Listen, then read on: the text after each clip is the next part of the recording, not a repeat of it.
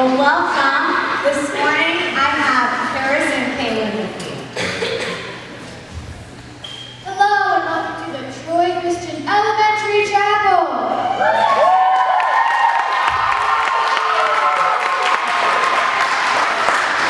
Today Mr. Gilfillin will be speaking and he's here with us. Dear Lord, thank you for gathering us in this place and giving us the opportunity to hear Mrs. Gilfillin speak. Please open our hearts and just let this message sink into us, Lord. Amen.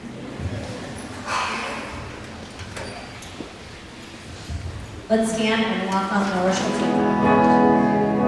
Dear God, I thank you for this day and I pray that we all through the day and I thank you that we can all be here to worship you and I pray that we all have a great day. Amen. Introduce our speaker today. Some of you might know her and some of you might not. Her name is Gilfillin. Mrs. Gilfillin has been a parent here at Troy Christian for a lot of years, probably 11 or 12 years. And she has a son and a daughter who are both over at the high school. Have you ever heard of somebody get set up on a blind date? You get set up by friends. I don't mean you, because we discourage that. But maybe your parents were set up on a blind date. Well, that's kind of the friendship that Jill and I have. Mrs. Hartman told each of us that we should meet each other. So she invited us both to the swimming pool when our daughters were little. They were probably 4 and 5 or 6 years old. So I think we've been friends about 8 or 9 years. We got set up as friends, and then we've been friends ever since. Now that her daughter has moved over to high school, we haven't seen each other as much, but as soon as she came in today, we were hugging, and Mrs. Gilfillin is going to share today about her friend who's with her. If you want to come on up, Mr. Weaver's going to help her, and you'll know why. Sure. Yeah, you can clap for her.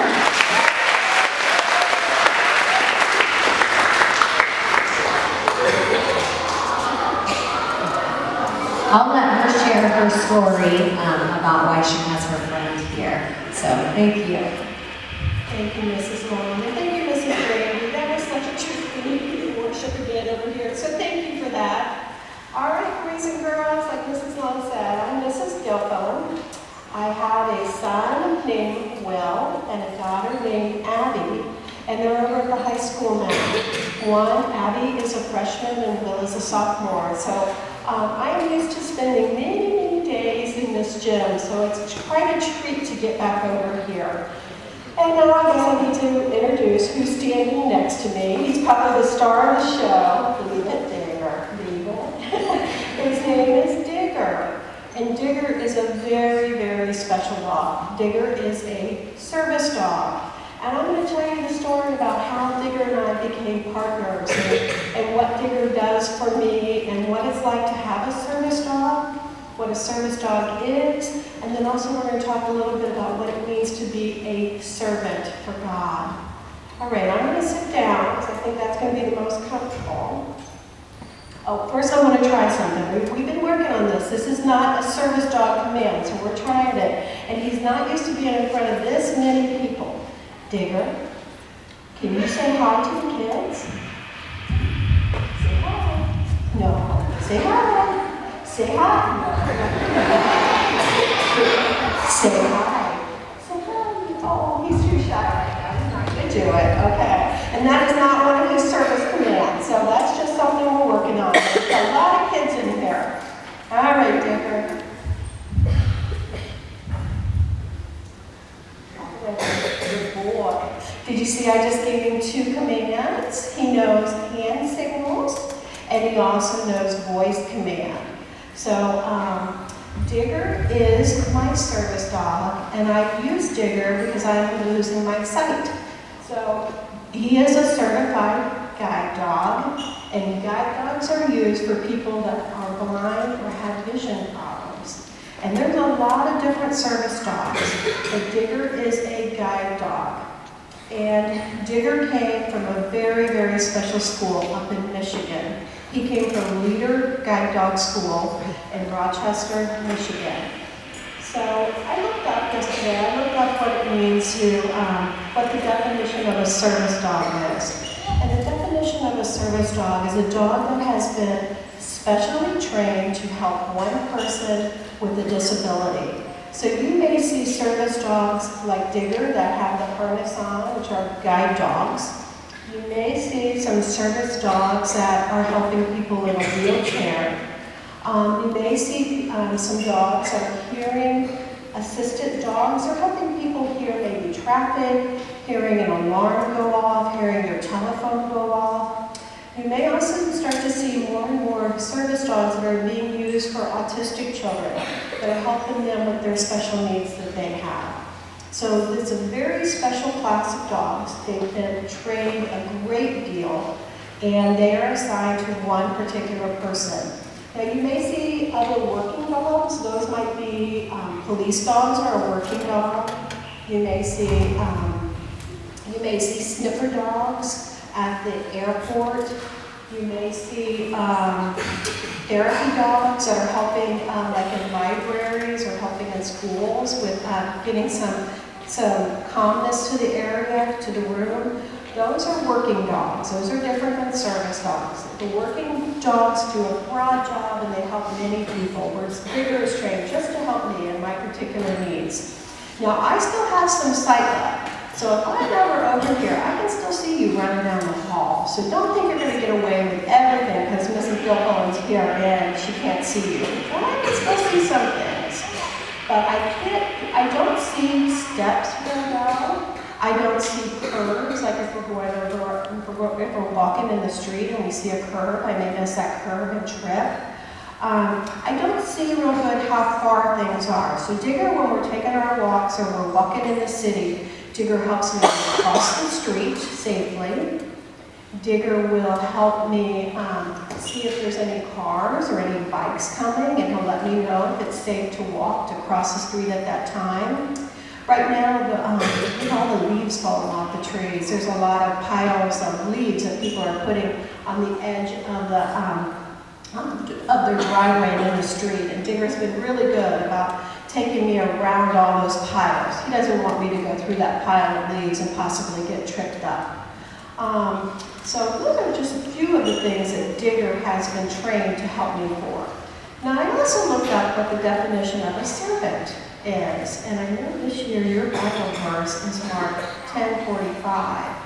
So when I looked up that verse, what does a servant mean? It says someone that helps someone else. And that is exactly what Digger is doing for me. He is being my little service or servant dog. He is helping me get around safely.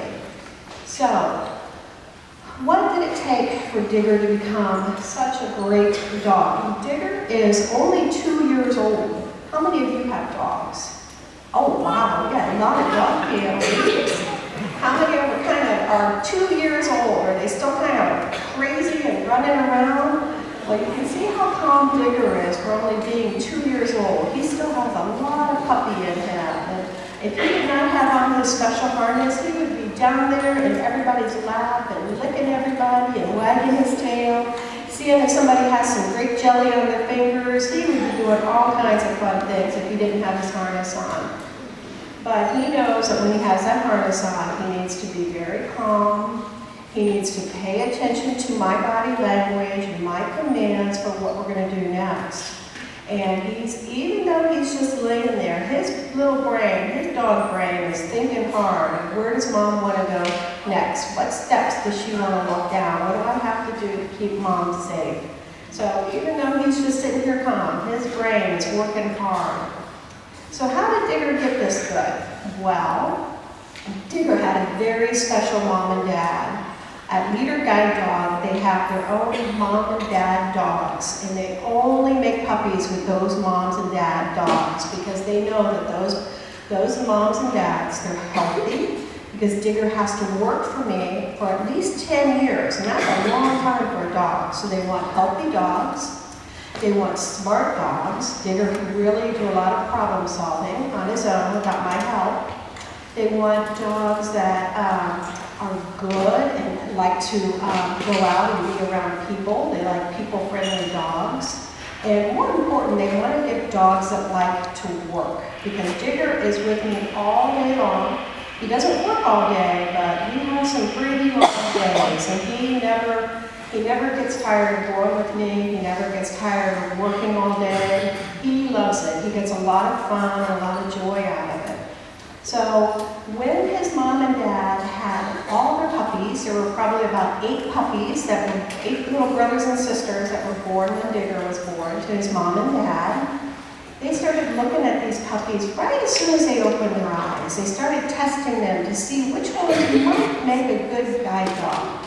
So they would open an umbrella and see if they got scared, and some of them did. Some of them went and hid behind a chair. Some of them started barking, even as little puppies, they started barking. And some of them just investigated the umbrella and then went on their way. That's what Digger did. He investigated it and went on his way. Then they put on a really loud voice to see, again, what would happen. Would Digger be curious? Would Digger try to figure out where the noise was coming from? Or would he get scared and would he run away? Digger just perked up his little puppy ears and he just kind of looked around to see where the noise was coming from and then determined everything was okay. He could continue playing. So that was test 2, and he passed that. He was trying to throw a puppy. Then they did one where they put a bunch of toys in the middle of the floor and let him play with toys. And then right then, when he was really starting to play with this little stuffed animal, they called him, and he didn't have a name at that time. He was just Puppy. So they said, "Here, Puppy." And the important thing was that Digger would come back to them, because it's very important that Digger always stays by my side and not wander off. And he did that. He put down that little stuffed animal. Well, he might have ran to them with the stuffed animal in his mouth. I'm not sure, because he does love to stuff the animals. But he came back to the person. So they said, okay, I think this little teeny tiny puppy might be able to be a guide dog. I'm not sure yet. It still has a lot more training to go, but we're going to put it in the guide dog program. So then they called a family, and they're foster families, and they took Digger for 1 year as a little, by that time he's 8 weeks old. He's a little bigger now, and they took this little fur ball puppy, and they took him into their house for 1 full year. And it was in Pennsylvania, and it was on a farm. So for 1 full year, Digger got to live on a farm. But he didn't just get to play with the ducks and the chickens and everything they had. Digger had to learn how to work. So they put a little puppy vest on him. I don't know if you've ever seen the little dogs that have the little puppy vest that say training. So they put this little cute blue puppy vest on Digger for 1 year. They took him to church. They took him to the grocery store. They took him into libraries, into schools. They took him on the train, on the bus, on the plane, in all different kinds of cars. They took him in elevators. They took him on the escalator.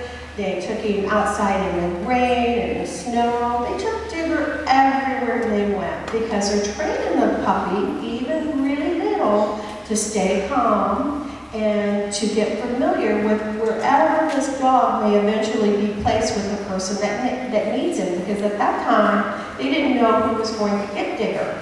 So that family was definitely a servant family, because for 1 full year, they had to love on Digger, and they had to work every day training Digger, and then they had to get Digger up. And then they had to send him back to leader guide dog because he passed all the tests that they put forward for him.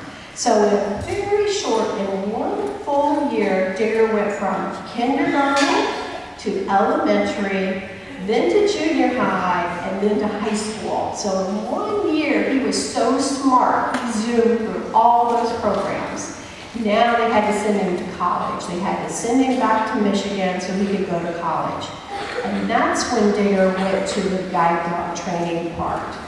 Then, no more vest, then he got his harness. And again, when he had the harness on, that told him it's working time.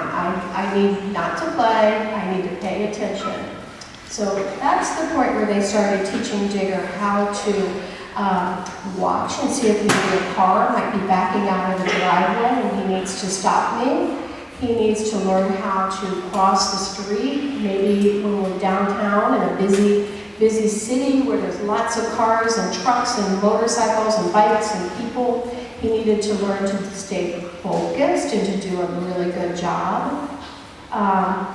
Digger needed to figure out how to curl up when we're in a restaurant underneath the table so no one even knows he's there. We went to breakfast, my husband and I went to breakfast last Saturday, and Digger got underneath the table, and I'm sure he was licking the table leg of any kind of crumbs or jelly or anything that was on there. But we were there for almost an hour, and when we left, the waitress, she jumped up because I had to pull Digger out. She's like, "Oh my goodness, I didn't even know that there was a dog under there." And Digger's not little, he's a pretty big dog, and he's very white, so he's hard to miss, but he was so quiet and so good. And Digger had to learn how to be quiet on a long plane ride. Digger got practice. They flew him all the way to California and all the way back. Digger had to learn how to help me up in a bus, up the bus steps. Digger had to learn quite a bit. For 6 months, he was in that special leader guide dog school. So that's what it took to be a guide dog. Then, after he graduated from that, then it was really hard stuff. Then they called me and they said, "We think we have a guide dog that will work for you. He loves kids, and they know I have Will and Abby. He walks really fast, and I'm a fast walker."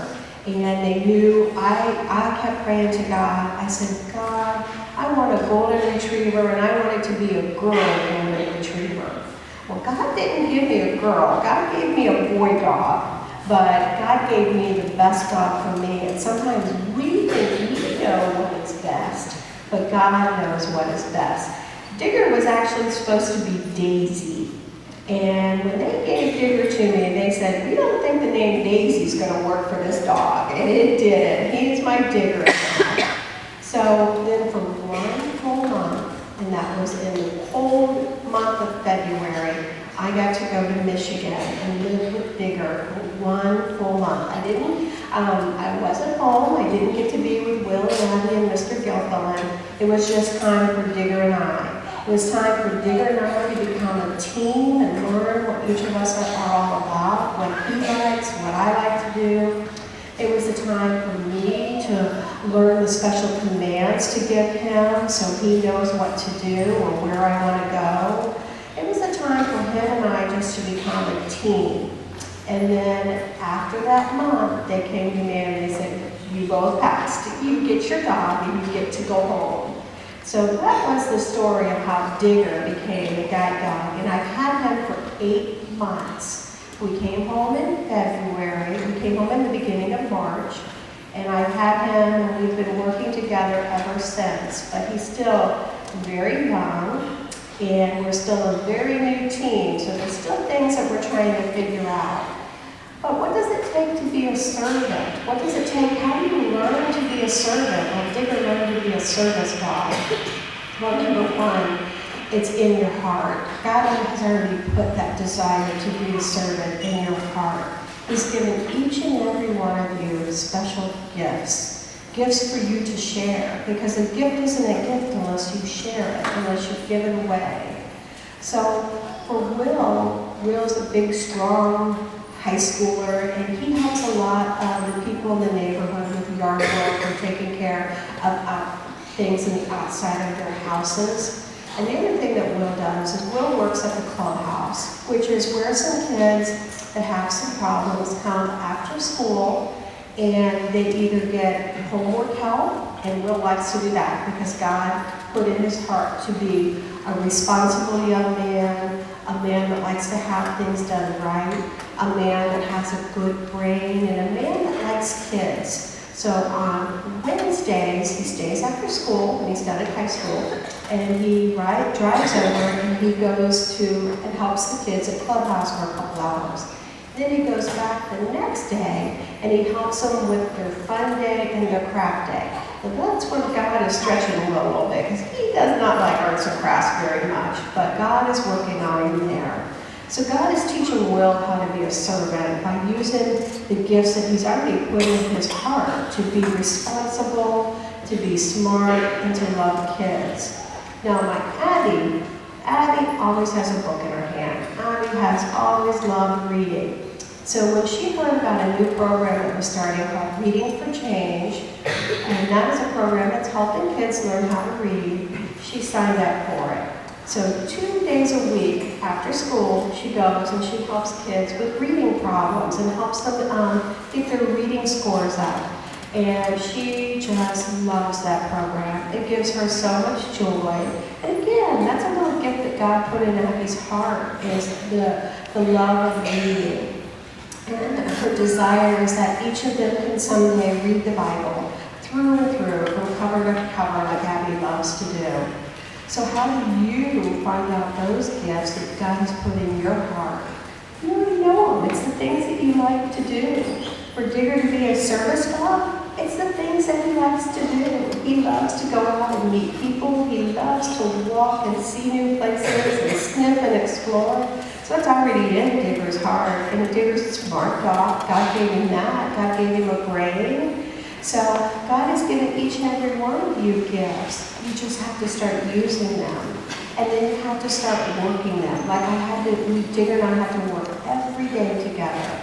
And so you just have to start doing service work, whether it's helping maybe a neighbor that doesn't have time or can't rake his leaves up anymore. Go over there and just taking your rake and raking those leaves to the curb. Or maybe it's going over and spending some time with Grandma and Grandpa and putting some puzzles together, or making cookies, or making thank you cards. Those are a few of the things that Abby always liked to do with her grandma. Maybe it's just spending some quiet time with a friend, and maybe doing some crafts together, or just sitting around talking. So those are a few of the things, but you have to do them. You have to continue to read your Bible and learn what those gifts are and how blessed we are to have them. You have to continue to listen to your mom and dad and grandparents and learn what they're teaching you. And your teachers and your Sunday school teachers and your youth group teachers, they're all pouring into you to help you determine what those gifts are that God's already put in your heart. Now, what are some things that can mess us up? Well, one of the biggest things that messes Digger up when we're working, and when he's working is when he has his harness on. It's when people come up and say, hey, can I pet your dog? No, he's working right now. He's concentrating on keeping me safe. Or people, squirrels are a huge distraction for Digger as you get him back. His little ears perk up, his tail starts wagging, and I have to give him the command, feed it. Which means whatever you're doing, whatever you're looking at, whatever you're sniffing, leave it and pay attention.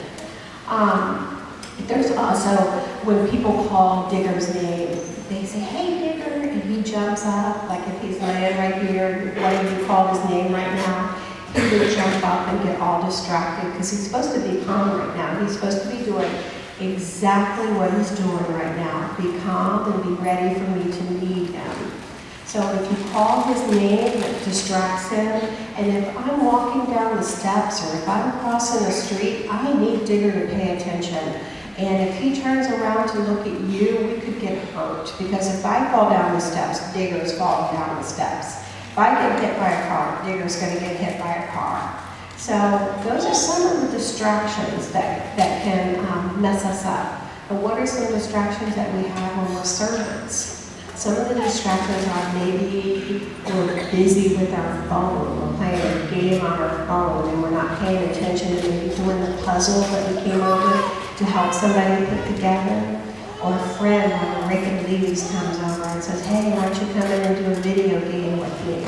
Those are all distractions. We need to say to ourselves, I'm going to stay focused. Digger hears that. There's a little baby back there, I think, that Digger hears.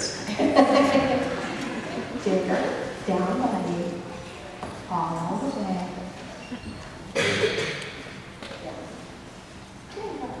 Thank you. So those are some of the ways that we get distracted, or we just want to sit on the couch that day and be lazy, and we don't want to give our time, we don't want to give ourselves, we just want to be ourselves. Those are some of the distractions that we fight, that when we are a servant, that we have to take control of until Rick leaves, or maybe when I'm done I can come over. Or don't even take your phone in. Leave your phone somewhere else where you can't be distracted by it. Do what God calls us to do, and be a servant heart. So you're going to be seeing Digger and I a lot at the basketball games. Digger is a ball dog. If there is a baseball game on the TV, if there's a basketball game on the TV, he's got his nose so close to that TV. We're going to have all these little nose prints on the TV. He is watching that ball. And my husband loves basketball. So you're going to be seeing us over in high school, and maybe over here for the junior high, watching some basketball games. So please don't call Digger. Don't say, hey, Digger. Don't reach your little hands out to start petting him, because that distracts him, because he loves to be petted. And then he's not doing what he's supposed to be doing, which is helping me get up and down the bleachers safely, helping me walk out in the parking lot so we don't get hit by a car. And he's also going to be really excited anyway with all the noise at the basketball games and the ball. So he's going to need all of his attention, just being calm. So that's how you can help Digger and I out when you see us out. Or if you see another person, maybe a wheelchair person that has a dog, you don't go up and pet service dogs. They're working hard, and they're working to do a job for that person and to keep that person safe. So that's the rules of a service dog. And trust me, I know how hard it is not to pet Digger. If you're a dog person, Digger is just the kind of dog you want to pet. And Digger is working very hard not to get his nose by your hand so you will pet him, because he loves to be petted. So that is the story of Digger. That is how I'm using Digger. And hopefully, all throughout this year, you're going to be seeing Digger and I over here in the elementary. Hopefully, we can get into the individual classrooms and we can answer your questions about Digger, because I know there's probably a whole lot of questions that you have about Digger. One of the little kids in my Sunday school class one time asked me, why is Digger's teeth so big? It's just the way God made him, so he has big teeth. So I'm sure you have a lot of questions, and when I come over to the classrooms, we'll have a period where we can take Digger's harness off, and everybody that wants to pet Digger, you don't have to pet Digger, but anybody that wants to pet Digger, when he doesn't have his harness on, can pet Digger. And I get a lot of questions about, does Digger ever get to have fun? He does. For one thing, he likes what he's doing. He likes working, so he gets a lot of enjoyment out of that. And it's a lot of fun for him to do that. But when we get home from working all day, from either shopping or whatever we're doing as a team all day, take the harness off. Digger has lots of frisbees and balls and sticks, and he runs like a crazy dog around the house and around the yard. And Will and Abby run after him outside, and he rolls in the grass just like every other dog. And he barks at squirrels when he doesn't have the harness on. He is all dog when he doesn't have the harness on. So he gets a lot of fun time. He also gets a lot of treats. And so what do we get out of when we're giving up our time and we're doing something for someone else? What do we get out of it? We get a lot of joy in our heart, because we can see that we're blessing someone else, whether it's just spending time with them or whether it's helping them with a task. We also bring God a lot of joy. I know He smiles every time we do service work. Every time we're a servant for Him, I know He's up in heaven smiling. And we get a lot, the person that you're doing service work for. What you need, God? Down Digger. All the way. Thank you. Good. So we get joy out of it, it fills our heart, and God gets joy out of it. The person that we're helping gets a lot of joy, and they're very thankful for what we're doing. So, I know your Bible verse. I think I do. I've been working on it, but I'm wondering if all of you can say the Bible verse with me. Okay? You guys ready? Okay. Start me off.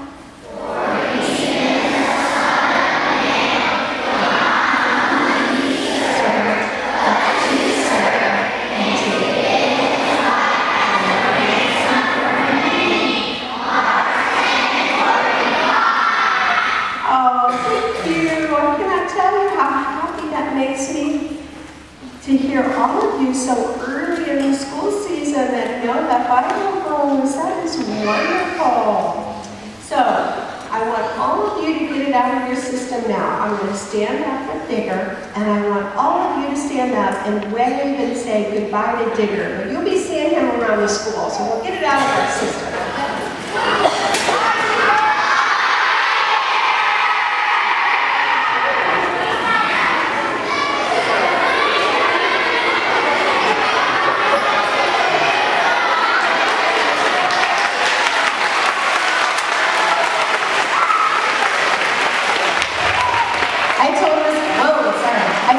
Gilfillin, do you know how hard it is for me not to want to talk to Digger and get my face down in his face and kiss his little snout?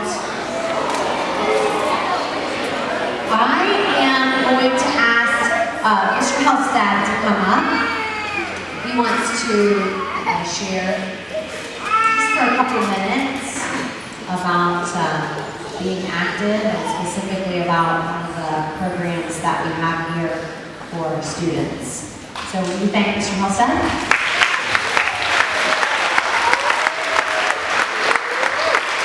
Good morning. I'm Jeff Halstead, and this is Coach Ty Morgan, and we're here to talk to you today about dance. I'm just kidding, if you believe that.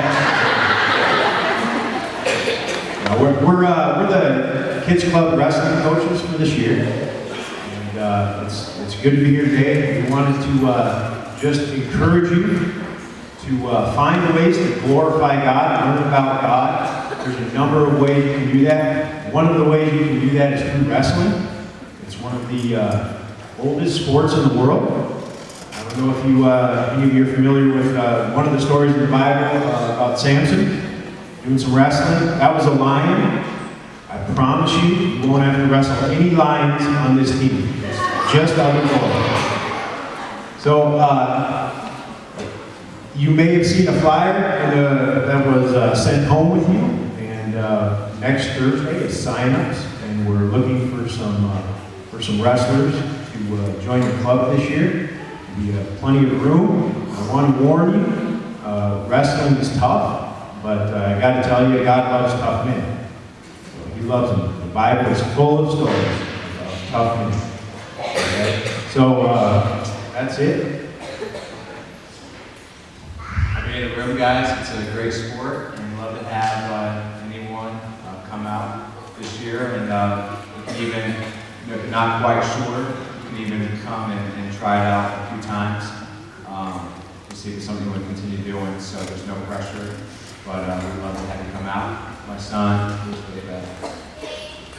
There he is. So he's first grade. This is second year, so he'll be in the room as well. So he's trying to get all his buddies to come out. And if you're already wrestling, you know you are, encourage some of your friends to join. And if not, encourage them to join another sport. There's plenty of ways you can glorify God. Wrestling is one.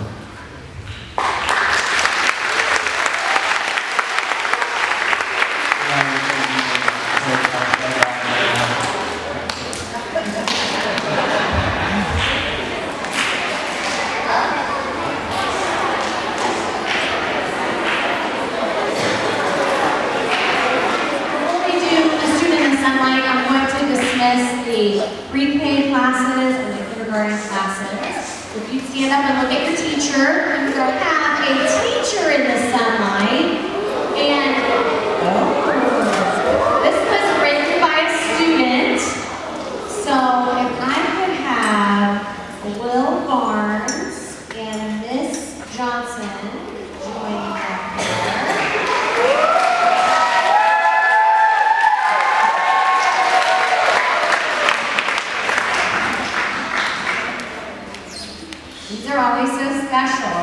right, a teacher in the sunlight.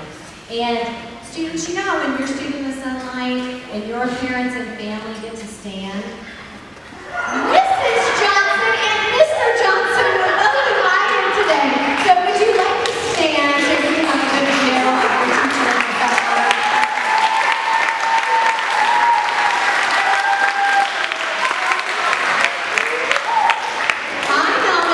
Miss Johnson because she is loving, caring, and gives us so much grace. She makes us all laugh and smile a lot. Romans 12:12 says, Be joyful in hope, patient in affliction, and faithful in prayer. Miss Johnson, I hope you enjoy teaching us as much as we enjoy you teaching us. Love, Will, and your first third grade class.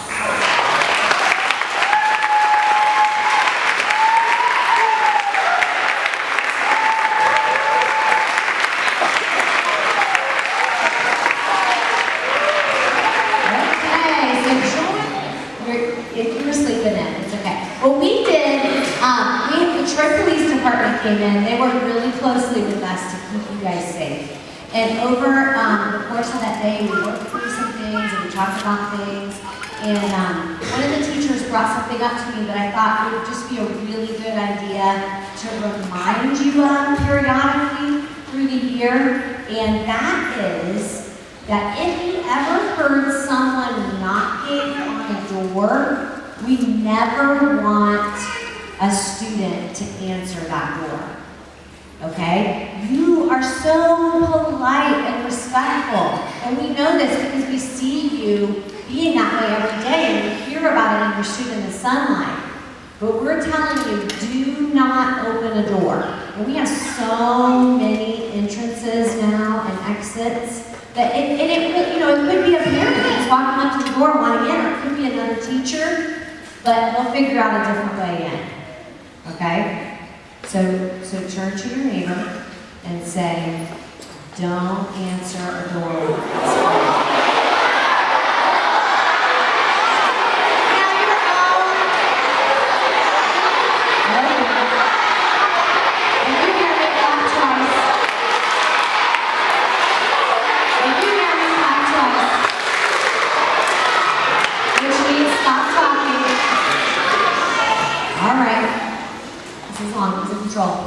What was that, Sheree? Exterior doors? Yeah. I'm going to clarify that. You know how to answer the doors in your classrooms, right? I mean the doors to the outside.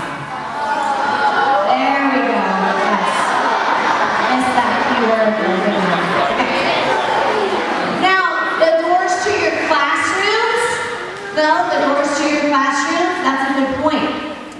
Only answer that. Only open that door for an adult in this building that you know or another student.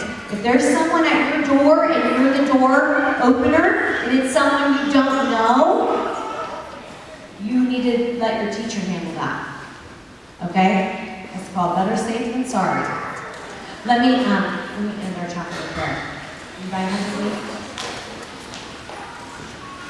Father, you don't call us to live in fear.